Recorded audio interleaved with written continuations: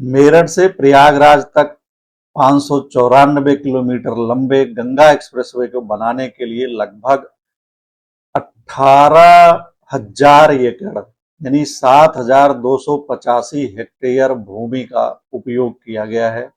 इसे बनाने में लगभग 36,230 करोड़ रुपए की लागत लगी है। एक्सप्रेसवे के लिए जमीन उत्तर प्रदेश के 12 जिलों के 500 से अधिक गांवों के 1 लाख से अधिक किसानों से ली गई है। एक्सप्रेसवे के किनारे औद्योगिक हब और लॉजिस्टिक पार्क बनाने के लिए लगभग 7,000 एकड़ 2,832 हेक्टेयर अतिरिक्त जमीन ली गई है। आधिकारिक रिपोर्टों और पर्यावरणीय मंजूरी के दस्तावेजों के अनुसार इस परियोजना के लिए लगभग 1,50,000 से अधिक पेड़ों को काटने की अनुमति दी गई है, यानी 1.5 लाख से अधिक पेड़ काटे गए हैं।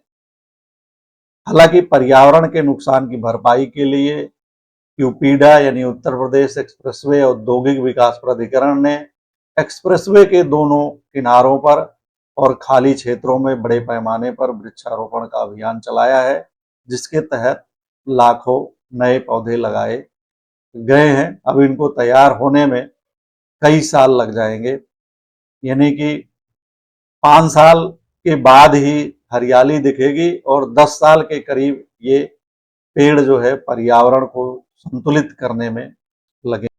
किनारों पर और खाली क्षेत्रों में बड़े पैमाने पर पौधे लगाए गए हैं।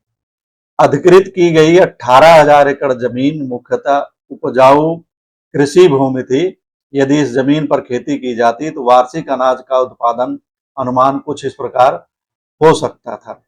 गेहूं और धान का यदि देखा जाए तो उत्तर प्रदेश की औसत उत्पादकता लगभग 1.5 से 2 टन प्रति एकड़ है। तो इसको आधार माने तो 18,000 एकड़ जमीन पर सालाना लगभग 27,000 से 36,000 मीट्रिक टन अनाज, गेहूं या धान पैदा किया जा सकता था, पैदा होता। यानी कि अब इतना जो है उत्पादन घट जाएगा इस एक्सप्रेसवे के बनने से।